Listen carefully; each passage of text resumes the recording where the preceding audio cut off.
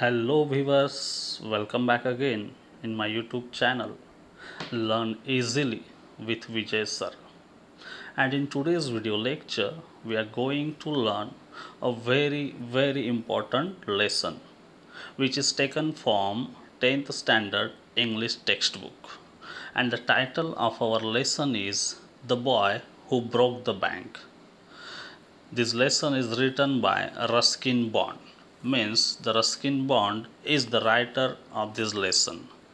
तो चलिए दोस्तों, किसी भी तरह का समय न गवाते हुए आज के इस वीडियो लेक्चर को शुरुआत करते हैं।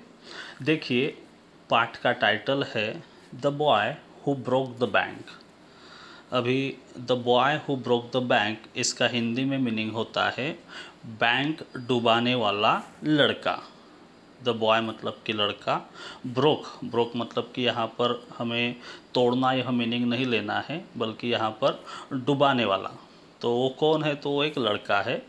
तो बैंक डुबाने वाला लड़का जिसने बैंक डुबो दिया। अभी बैंक किस तरह से डूब गई, क्या रूमर्स फैलाया गया, ये सब हम डिटेल में इस पाठ के माध्यम से पढ़ेंगे। तो सबसे पहले इस पाठ के जो लेखक है रस्किन बॉन्ड, उनके बारे में थोड़ी जानकारी प्राप्त करते हैं। देखिए, यहाँ पर आपको दिखाई दे रहा है Ruskin Bond into bracket 1934 means Ruskin Bond was born in 1934। He is an Indian author of British descent, मतलब कि वह ब्रिटिश मूल के भारतीय लेखक है। He lives with his adopted family, वह अपने एडॉप्टेड फैमिली के साथ रहते हैं। एडॉप्टेड मतलब कि गोद ली हुई फैमिली। तो वो कहाँ रहते हैं? इनलैंडोर इन मसूरी इंडिया, मतलब कि भारत के मसूरी में, और मसूरी के लैंडोर में वह अपने गोद ली हुई फैमिली के साथ रहते हैं। The Indian council for child education has recognised his role in the growth of children's literature in India. तो देखिए, इस लाइन का मीनिंग क्या है। भारतीय मंडल, कौन सा मंडल? जो कि चाइल्ड एजुकेशन के लिए कार्य करता है, ऐसा भारतीय मंडल, उन्होंने रस्किन बॉन्ड की योग्यता को पहचाना था। मतलब उन्होंने, रस्किन बॉन्ड जी ने जो चिल्ड्रंस लिटरेचर के लिए जो उन्होंने अपना योगदान दिया है, तो उस योगदान को पहचानते हुए उनको क्या दिया गया? ही got the Sahitya Akademi award in 1992 for our trees still grow in Dehra. देखिए, 1992 में उनके योगदान को जानते हुए ये जो साहित्य अकादमी का अवार्ड उनको 1992 में प्रदान किया गया। किसके लिए? Our trees still grow in Dehra, इस किताब के लिए। आगे कहा गया है he was awarded Padmashri and Padma Bhushan respectively in 1999 and 2014। मतलब कि 1999 में रस्किन बॉन्ड जी को पद्मश्री इस सम्मान से नवाजा गया, और साथ ही साथ 2014 में उनको पद्म भूषण यह अवार्ड भी प्रदान किया गया था। तो ये थी हमारे राइटर की छोटी सी इन्फॉर्मेशन, उनके बारे में, निजी जीवन के बारे में माहिती यहाँ पर दी गई थी। चलिए, अभी the boy who broke the bank, इस पार्ट को जो रस्किन बॉन्ड के द्वारा लिखा गया है उसके तरफ मुड़ते हैं, उसको डिटेल में हम लोग पढ़ते हैं। देखिए, पहला पैराग्राफ यहाँ पर है। Nathu grumble to himself as he swept the steps of the people Nagar bank own by Seth Govind Ram. तो सबसे पहले लाइन में कहा है कि पीपल नगर बैंक है एक, जो कि सेठ गोविंद राम इनकी है। मतलब कि सेठ गोविंद राम उस बैंक के, पीपल नगर बैंक के मालिक है। और उस पीपल नगर बैंक में ये जो नथु नाम का लड़का है, यह एज अ स्वीपर बॉय काम करता है। And he was sweeping the steps, और वो एक दिन की बात है जब खुद ही वो उस स्टेप्स को, उन सीढ़ियों को झाड़ू मार रहा था सीढ़ियों के ऊपर। At the same time he was grumbling himself, वो अपने आप से बात कर रहा था। ग्रम्बल करना मतलब कि यहाँ पर होता है कि एटीट्यूड दिखाना, अपना गुस्सा दिखाना, या फिर कुछ अपने आप से ही बात करना। तो इस तरह से उसके अंदर जो कुछ चल रहा होगा मन ही मन में, वह अपने आप से बात कर रहा था। At that time he was sweeping the steps of People Nagar Bank and the owner of the bank is Seth Govindram. He used the small broom hurriedly and carelessly. देखिए उसके हाथ में जो झाड़ू था वो बहुत ही छोटा था और उस झाड़ू का वह हरिडली मतलब कि जल्दबाजी में, केयरलेसली मतलब कि बिल्कुल परवाह न करते हुए वैसे वो झाड़ू मार रहा था। तो वो झाड़ू मार रहा था, केयरलेसली मार रहा था, तो उससे क्या हो रहा था, and the dust after rising in a cloud above his head, मतलब कि झाड़ू मारने से जो धूल उड़ रही थी वह उसके सर के ऊपर तक जाके क्या हो रही थी, settle down again on the steps. मतलब कि वो झाड़ू तो मार रहा था, ऐसे गुस्से से मार रहा था, ऐसे घाई घाई में मार रहा था, तो क्या हो रहा था, वो जो धूल थी वो ऊपर जा रही थी और फिर से नीचे उन्हीं सीढ़ियों पर आके बैठ रही थी। मतलब काम करने का कोई मतलब वहाँ पर नहीं निकल रहा था। आगे देखिए क्या हुआ, as Nathu was banging his pan against a dustbin Sitaram the washerman son pass by. देखिए आगे कहा है, एज नथु, जब नथु नाम का जो लड़का था, स्वीपर बॉय जो था, जिस समय वो क्या कर रहा था, he was banging his pan, bang मतलब कि पटकना। तो जब वो अपना पैन मतलब कि जिसमें हम धूल मिट्टी जमा करते हैं वह पैन, तो उस पैन में जब वो जमा कर रहा था धूल मिट्टी, तो उस पैन को वह डस्टबिन में बैंग कर रहा था। मतलब कि जानबूझ के अपना गुस्सा वो वहाँ पर दिखा रहा था और उस डस्टबिन के ऊपर उस डस्ट पैन को पटक रहा था। और उसी समय सीताराम, अभी देखिए यहाँ पर अभी तीसरा कैरेक्टर आया है पहले पैराग्राफ में। एक है नथु जो कि स्वीपर बॉय है, दूसरे है सेठ गोविंदराम जो कि पीपल नगर बैंक के ओनर है, और तीसरा कैरेक्टर यहाँ पर आया है Sitaram. Sitaram the washerman son pass by, मतलब कि उसी समय सीताराम नाम का लड़का जो कि एक धोबी का लड़का था, वॉशरमैन सन पास बाय मतलब वहाँ से गुजर रहा था। तो इस तरह से पहला पैराग्राफ यहाँ पर बताया गया है कि नथु नाम का लड़का जो कि पीपल नगर बैंक में एज अ स्वीपर का काम करता है, और वो बैंक जो है सेठ गोविंदराम जी की है। और वहाँ पर वो जो नथु नाम का लड़का था थोड़ा गुस्से में था, गुस्सा निकाल रहा था, केयरलेसली वो झाड़ू मार रहा था, जिसके कारण धूल मिट्टी ऊपर जाके फिर से वहीं पर नीचे बैठ रही थी। मतलब कि झाड़ू मारने का, कार्य करने का कोई इफ़ेक्ट वहाँ पर दिखाई नहीं दे रहा था। और वो अपना गुस्सा इस तरह से दिखा रहा था कि वो जो डस्ट पैन को डस्टबिन के ऊपर जानबूझ के बार बार पटक रहा था। और उसी समय सीताराम नाम का जो लड़का था, वॉशरमैन का जो सन था, वो वहाँ से गुजर रहा था।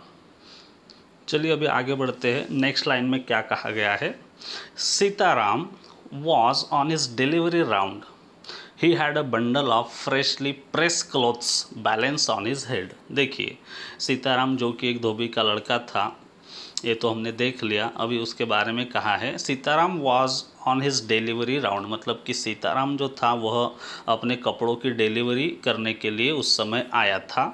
ही हैड अ बंडल, उसके सर पे क्या था, he had a bundle of freshly press clothes, मतलब कि उसके सर के ऊपर अभी अभी जो कि मतलब जिन कपड़ों को प्रेस करके कस्टमर के घर पे पहुंचाने के लिए आया था, तो वही बंडल मतलब कि कपड़ों की गठरी, तो वह गठरी लेके अपने सर के ऊपर उसको बैलेंस करते हुए, संभालते हुए वहाँ से गुजर रहा था। सीताराम एक इम्पोर्टेंट कैरेक्टर है इस कहानी का, जो कि वॉशरमैन का लड़का है, और नथु जो है यह एक स्वीपर बॉय है। इतना आपको ध्यान में रखना है। चलिए आगे बढ़ते हैं। आगे कहा गया है, don't raise such dust, he call out to Nathu. देखिए अभी सीताराम यहाँ पर नथु से कहता है, डोंट रेज सच डस्ट, इस तरह से धूल मत उड़ाओ। किसने कहा, सीताराम ने कहा। किसे कहा, तो नथु से कहा है, don't raise such dust, are you annoy because they are still refusing to pay you an extra 2 rupees a month. देखिए इस तरह से धूल मत उड़ाओ। उसके बाद भी सीताराम ने नथु से एक सवाल पूछा है। क्या है सवाल, देखिए, आर यू एनॉयड, क्या आपको गुस्सा है, आया है, किस बात का? Because they are still refusing to pay you an extra 2 rupees a month. मतलब कि आप जहाँ पर काम करते हो पीपल नगर बैंक में, तो उन बैंक वालों ने आपको महीने का 2 रुपया बढ़ा के नहीं दिया, इसलिए क्या आप गुस्सा हो? इस तरह का सवाल सीताराम के द्वारा नथु से पूछा गया है। अभी नथु क्या रिप्लाई देता है देखिए, I don't wish to talk about it, complain the sweeper boy. अभी स्वीपर बॉय मतलब कि नथु। तो देखिए नथु ने क्या रिप्लाई दिया, I don't wish to talk about it, मैं उस बारे में बिल्कुल ही बात नहीं करना चाहता हूँ।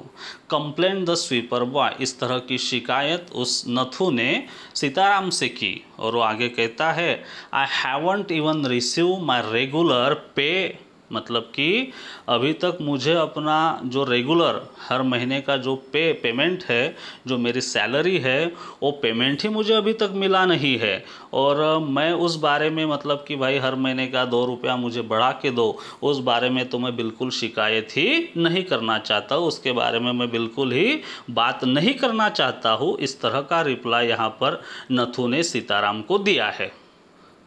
देखिए आगे की लाइन में क्या हुआ, and this is the 20th of the month.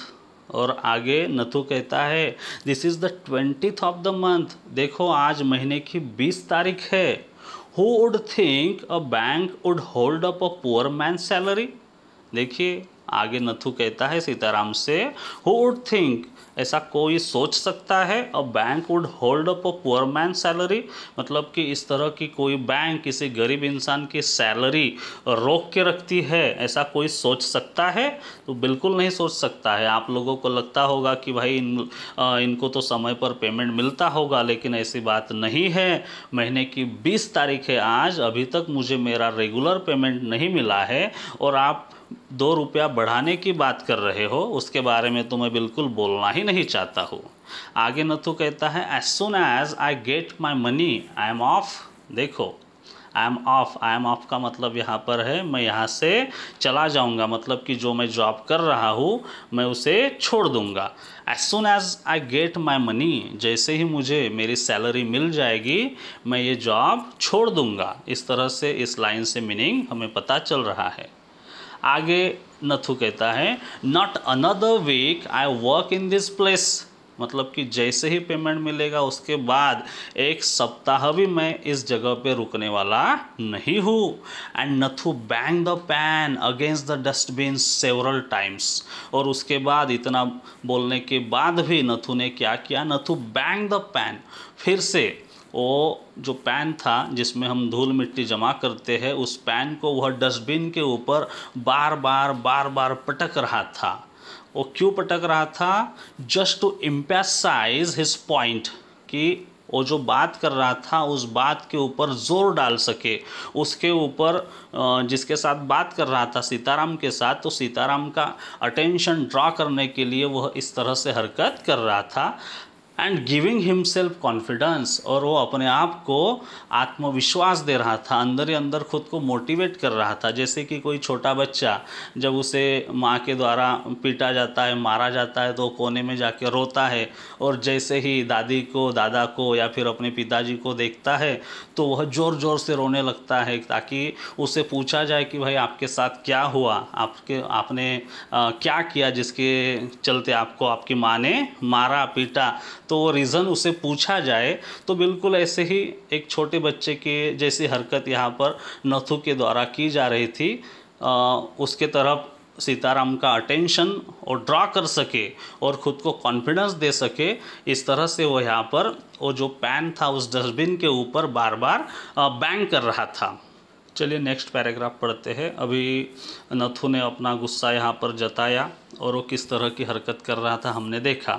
अभी आगे क्या होता है, well I wish you luck said Sitaram. अभी देखो सीताराम ने कहा वेल बहुत अच्छी बात है, आई विश यू लक, मेरे तरफ से आपको ढेर सारी शुभकामनाएं, ताकि आपका पेमेंट आपको समय पर मिल जाए और आप जल्द से जल्द, जहां पर आपको मतलब समय पर पेमेंट नहीं मिलता है तो ऐसी जगह काम करके कोई मतलब नहीं, तो आप यहां से काम छोड़ के दूसरी जगह कोई काम ढूंढ लो, इसके लिए मेरी तरफ से आपको बेस्ट लक। आगे सीताराम कहता है, I will keep a look out for any jobs that might suit you.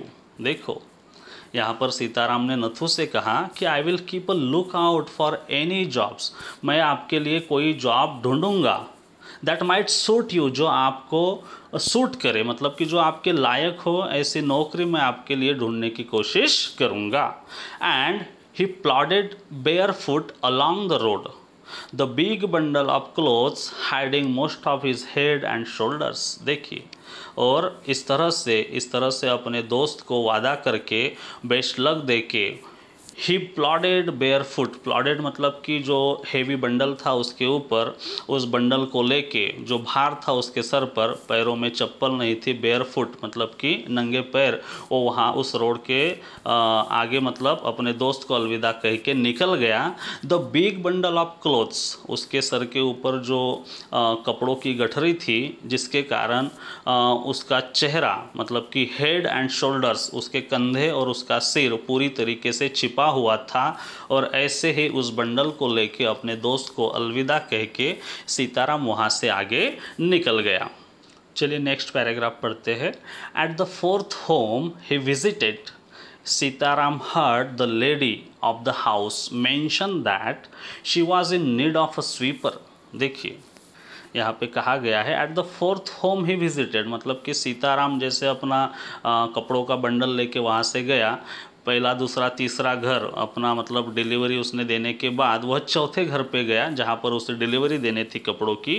तो चौथे घर पे क्या हुआ, देखिए, सीताराम हर्ड द लेडी, मतलब कि सीताराम ने एक लेडी की आवाज़ सुनी, ऑफ द हाउस, उस घर की वो महिला थी जहाँ पर सीताराम अपने कपड़ों की डिलीवरी करने गया था। और उसने मेंशन किया, उस औरत ने क्या मेंशन किया, she mention that she was in need of a sweeper, मतलब कि उसे एक स्वीपर बॉय की ज़रूरत है, घर का काम करने के लिए उसे एक मेड की आवश्यकता है।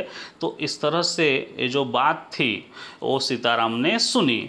Tying his bundle together he said, और अपने मतलब अपने कपड़े देने के बाद अपने बंडल को बांधते हुए, टाई करना मतलब बांधना, तो अपने बंडल को बांधते हुए he said means Sitaram said, Sitaram ने कहा उस लेडीज से, घर की मालकिन से, I know of a sweeper boy who is looking for work. तो सीताराम ने उस महिला से कहा कि मैं एक स्वीपर बॉय को जानता हूँ जो कि काम की तलाश में है, मतलब कि जो अभी काम तलाश कर रहा है, ऐसे एक स्वीपर बॉय को मैं जानता हूँ। He can start from next month, और वो आपके घर पे काम करने के लिए आ सकता है अगले महीने की मतलब अगले महीने से वो आ सकता है।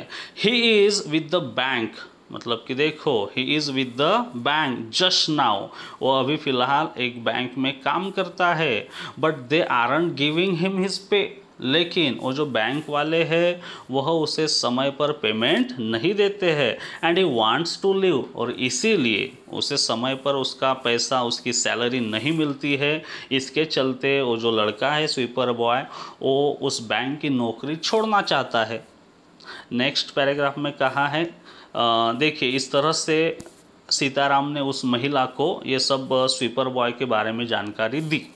तो उसके ऊपर अभी उस घर की जो महिला है वो कौन है, वो क्या कहती है, इस पर ज़रा नज़र डालते हैं। Is that so, said Mrs Srivastava. देखिए, मतलब कि जो चौथा घर था जहाँ पर सीताराम अपने कपड़ों की डिलीवरी देने गया था, वह मिसेस श्रीवास्तव का घर था। और वो महिला कहती है, इज़ दैट सो, ऐसी बात है, well tell him to come and see me tomorrow. तो मिसेस श्रीवास्तव कहती है, वेल अच्छी बात है, टेल हिम, उसको बताना, to come and see me tomorrow, कि वो कल ही आके मुझे मिले।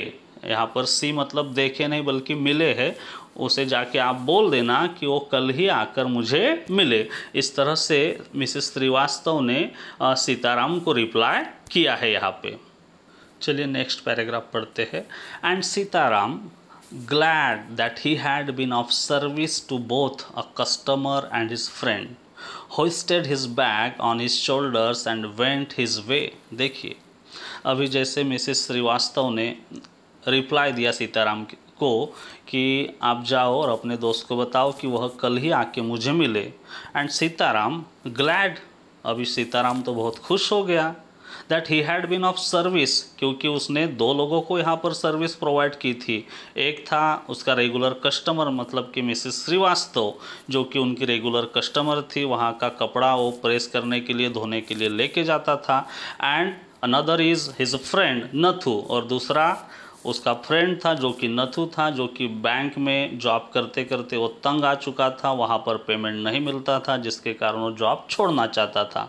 तो इस तरह से दो लोगों को सर्विस प्रोवाइड करने के कारण यहाँ पर सीताराम बहुत खुश था।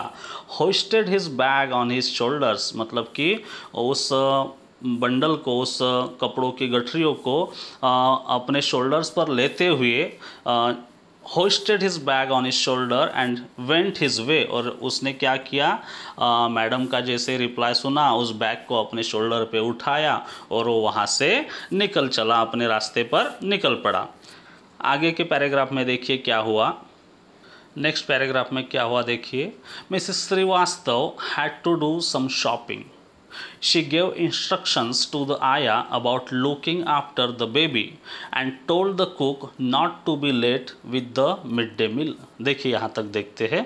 मिसेस श्रीवास्तव जो कि उस घर की मालकिन थी जहाँ पर सीताराम अपने कपड़ों की डिलीवरी देने जाता था, तो वही मिसेस श्रीवास्तव उनको अभी शॉपिंग के लिए जाना था। She had to do some shopping, उन्हें कुछ शॉपिंग करनी थी।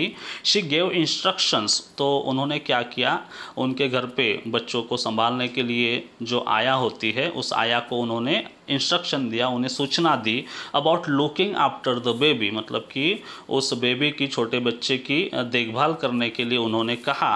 एंड टोल्ड द कुक, और उनके घर पे जो कुक था उस कुक को भी कहा, क्या कहा, not to be late with the midday meal, मतलब कि दोपहर का खाना बनाने के लिए किसी भी तरह का समय, किसी भी तरह का लेट नहीं होना चाहिए, इस तरह का आदेश उन्होंने बेबी को संभालने वाली जो आया थी उस आया को दिया और खाना बनाने वाले कुक को भी दिया। Then she set out for the people Nagar market place, और उसके बाद दोनों को आदेश देकर मिसेस श्रीवास्तव पीपल नगर मार्केट की तरफ निकल पड़ी। To make her customary tour of the cloth shop. अभी देखिए कस्टमरी मतलब कि एज यूजल, जहाँ पर हम हमेशा जाते हैं उसे कहा जाता है कस्टमरी, या उसे हम एज यूजल भी कहते हैं। तो देखिए इस तरह से आया को और कुक को आदेश देकर मिसेस श्रीवास्तव जो थी वह पीपल नगर मार्केट की तरफ निकल गई। To make her customary tour, मतलब कि अपना रेगुलर टूर जैसे होता है कि हम किसी दुकान पर जाके बैठते हैं आधा घंटे के लिए, 1 घंटे के लिए, तो बिल्कुल ऐसे ही अपना कस्टमरी टूर को लेकर वह निकल पड़ी। कहाँ पे, of the cloth shop. Cloth shop मतलब कि कपड़े की दुकान पर वह अभी निकल पड़ी थी। चलिए, मतलब कि अभी मिसेस श्रीवास्तव पीपल नगर मार्केट की तरफ निकल चुकी है। एज़ यूजल जैसे वो कपड़े की दुकान में जाती थी वहाँ पर अभी वो जा रही है।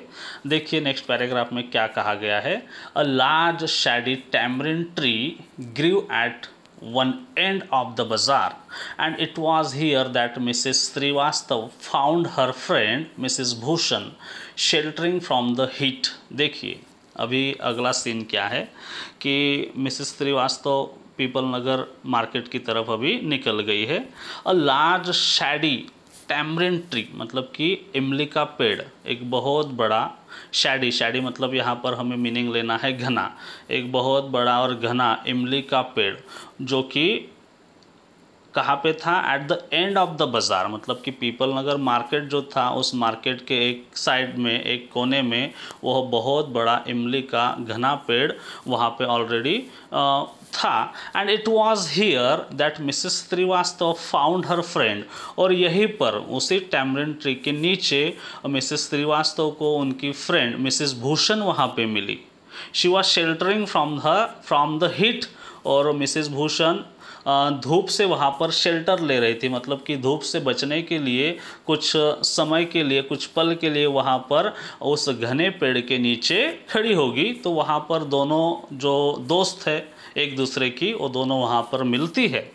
Mrs Bhushan was fanning her self with a large handkerchief.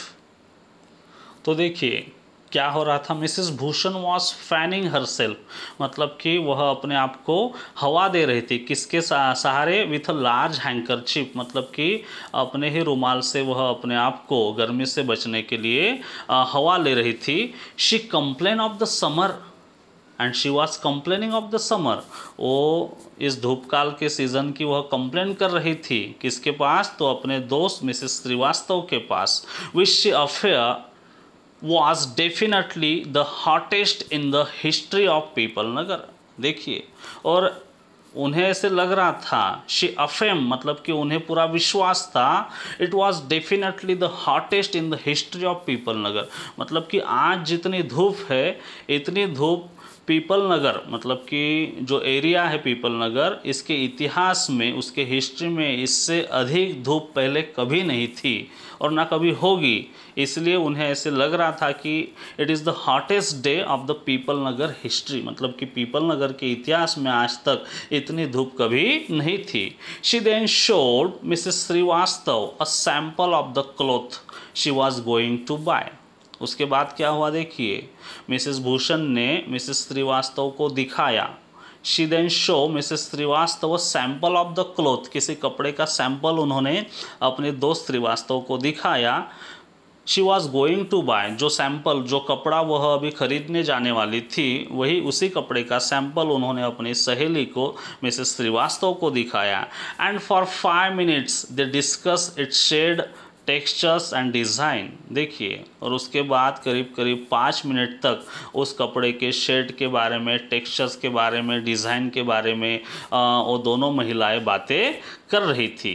Having exhausted this topic, having exhausted this topic मतलब कि इस टॉपिक के बारे में, मतलब यहाँ पे है कि जैसे ही इस टॉपिक पर बात करके उनकी ख़त्म हो गई, जो टेक्सचर, शेड और डिज़ाइन उस कपड़े के ऊपर चर्चा हो रही थी, जैसे ये टॉपिक उनका ख़त्म हुआ, Mrs Srivastava said, Mrs Srivastava ने मिसेस भूषण से कहा, do you know my dear, क्या आपको पता है मेरी प्यारी सहेली, क्या कहती है, that said Govind Ram's bank can't even पे इट्स एम्प्लॉयज़, मतलब कि क्या आपको पता है, सेठ गोविंद राम जी का जो बैंक है ना पीपल नगर एरिया का, वह बैंक अपने एम्प्लॉयज़ को पेमेंट नहीं दे रहा है, it's unable to give them payment, मतलब कि वो अपने एम्प्लॉयज़ को पेमेंट देने में असमर्थ है। और आगे कहती है, only this morning I heard a complaint from their sweeper who hasn't received his wages for over a month. देखो आगे उन्होंने कहा कि only this morning I heard a complaint from their sweeper, आज सुबह ही मैंने उसी बैंक में काम करने वाले एक स्वीपर से उस बैंक का कंप्लेंट, उस बैंक की शिकायत मैंने सुनी। Who hasn't receive his wax, wax मतलब यहाँ पर मीनिंग है सैलरी, कि वो जो स्वीपर बॉय है जो उस बैंक में काम करता है, उसे अभी तक, आज की 20 तारीख है और अभी तक उसे इस महीने की सैलरी नहीं मिली है। तो इस तरह से अभी देखिए, बैंक में काम करने वाला कर्मचारी था नथु, नथु ने अपनी जो मन की भड़ास थी अपने दोस्त के पास निकाली और उसने मिसेस श्रीवास्तव को कहा, मिसेस श्रीवास्तव ने उनकी सहेली मिसेस भूषण को कहा। तो इस तरह से अभी उस बैंक के बारे में कि जो बैंक अपने एम्प्लॉय को पेमेंट नहीं दे रहा है, यह चर्चा एक से लेकर दूसरे तक, दूसरे से लेकर तीसरे तक अभी फैल रही है। चलिए नेक्स्ट पैराग्राफ पढ़ते हैं। नेक्स्ट पैराग्राफ में क्या हुआ देखिए, shocking remark Mrs Bhushan, if they can't pay the sweeper they must be in a bad way, none of the others could be getting paid either. देखिए अभी जो कुछ मिसेस श्रीवास्तव ने मिसेस भूषण से कहा, उसके ऊपर मिसेस भूषण का रिप्लाई शॉकिंग, शॉकिंग मतलब कि चौंका देने वाला रिप्लाई उन्होंने दिया। क्या रिप्लाई है, if they can't pay the sweeper they must be in a bad वे। तो मिसेस भूषण कहती है कि अगर वो एक स्वीपर को उसका पेमेंट नहीं दे सकते हैं, मतलब कि वह बुरी कंडीशन में फंसे हुए हैं, मतलब कि उनकी हालत बहुत ही बेकार है, they are in a bad way, none of the others could be getting paid either, मतलब कि स्वीपर ही नहीं बल्कि अदर जो एम्प्लॉय है उनको भी उनका पेमेंट समय पर नहीं मिल रहा है। तो इस तरह का रिप्लाई मिसेस श्रीवास्तव ने जो कुछ मिसेस भूषण को कहा था, तो उस मिसेस भूषण ने इस तरह का रिप्लाई अभी मिसेस श्रीवास्तव को दिया। नेक्स्ट पैराग्राफ में देखिए, she left Mrs Srivastava at the tamarind tree and went in search of her husband. तो उसी स्थिति में मिसेस भूषण ने क्या किया, उन्होंने अपनी जो सहेली थी मिसेस श्रीवास्तव उनको वहीं पर अलविदा कहते हुए she left Mrs Srivastava at the tamarind tree, मतलब कि उसी इमली के पेड़ के नीचे उन्होंने अपने सहेली मिसेस श्रीवास्तव को अलविदा कहा। And she went in search of her husband, और वह अपने हस्बैंड की तलाश में निकल पड़ी। Who was sitting in front of Kamal Kishore's photography shop talking with the owner। अभी मिसेस भूषण के जो पति हैं वो कहाँ पर थे, Who was sitting in front of Kamal Kishore's photography shop. तो कमल किशोर जी की जो फोटोग्राफी शॉप थी उस फोटोग्राफी शॉप के आगे उसके सामने वह बैठे हुए थे और वह उस दुकान के मालिक के साथ बातें कर रहे थे। तो कौन बातें कर रहे थे, Mr Bhushan, the husband of Mrs Bhushan, he was talking with Kamal Kishore photography shop's owner.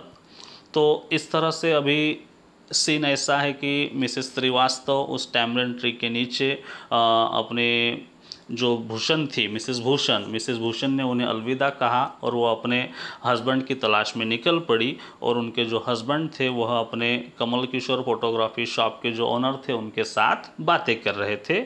So there you are cried Mrs Bhushan. तो मिसेस भूषण जोर से चिल्लाई और उन्होंने कहा सो देयर यू आर, तो आप यहाँ हो। इस सेंस में वो बोली तो आप यहाँ हो। I have been looking for you for almost an hour. वो कहती है कि पिछले 1 घंटे से मैं आपको ढूंढ रही हूँ और आप यहाँ हो। वेयर डिड यू डिसअपियर, आप कहाँ गायब हो गए थे। तो इस तरह से मिसेस भूषण अपने पति के साथ बात कर रही थी। वो बोली कि आप यहाँ हो, मैं पिछले 1 घंटे से आपको ढूंढ रही हूँ, आप कहाँ गायब हो गए थे। इस सेंस में उन्होंने अपने पति से बात की। देखिए नेक्स्ट पैराग्राफ में क्या हुआ, नोवेयर रिप्लाइड मिस भूषण। तो मिस्टर भूषण ने रिप्लाई दिया अपनी पत्नी से, नोवेयर, मैं तो कहीं नहीं था। जैसे उन्होंने कहा कि आप कहाँ गायब हो गए थे, तो मिस्टर भूषण ने कहा नोवेयर, मैं कहीं नहीं गया था, मैं तो यही था। Had you remain stationery in one shop I might have found you. और उसके आगे वो बोलते हैं have you remain stationery in one shop, क्या आप एक दुकान में अचल रहती हो, अगर आप अचल रहती तो मैं आपको ढूंढ सकता था। But you go from one shop to another like a bee in a flower garden. लेकिन आप हो कि एक दुकान से लेके दूसरे दुकान में, दूसरे से निकलते हो तो तीसरे दुकान में जाते हो। जैसे कि कोई मधुमक्खी होती है जो गार्डन में इस फ्लावर पे बैठती है थोड़ी देर के लिए, फिर वहाँ से उठ के दूसरे फ्लावर पे जाके बैठती है, फिर वहाँ से कहीं और निकल पड़ती है। तो बिल्कुल उस मधुमक्खी की तरह आपका चल रहा था, तो मैं आपको कहाँ कहाँ ढूंढूं, इसलिए मैं कहीं नहीं गया था, मैं यहीं पे था। इस तरह का रिप्लाई मिस्टर भूषण ने अपनी पत्नी मिसेस भूषण को दिया। नेक्स्ट पैराग्राफ में क्या कहा है देखिए, don't start grumbling, the heat is trying enough. I don't know what's happening to People Nagar, even the bank's about to go bankrupt। देखिए क्या हुआ, don't start grumbling, the heat is trying enough. मतलब कि Mrs Bhushan कहती है don't start grumbling, इस तरह से बड़बड़ाओ मत। वह अपने पति से कहती है कि इस तरह से बड़बड़ाओ मत। The heat is trying enough, पहले तो धूप बहुत है, वही काफ़ी है, ऊपर से ये आपका बड़बड़ाना। तो इसीलिए वो अपने पति से कहती है don't start grumble. I don't know what's happening to people Nagar, मुझे तो पता नहीं चल रहा है कि इस पीपल नगर में क्या हो रहा है। Even the banks about to go bankrupt, एक तो आपका बड़बड़ाना, ऊपर से धूप, और उधर बैंक डूबने के लिए जा रही है, मतलब बैंक डूबने वाली है। मुझे तो बिल्कुल समझ में नहीं आ रहा है कि ये पीपल नगर में क्या हो रहा है। तो इस तरह से मिसेस भूषण ने मिस्टर भूषण से कहा।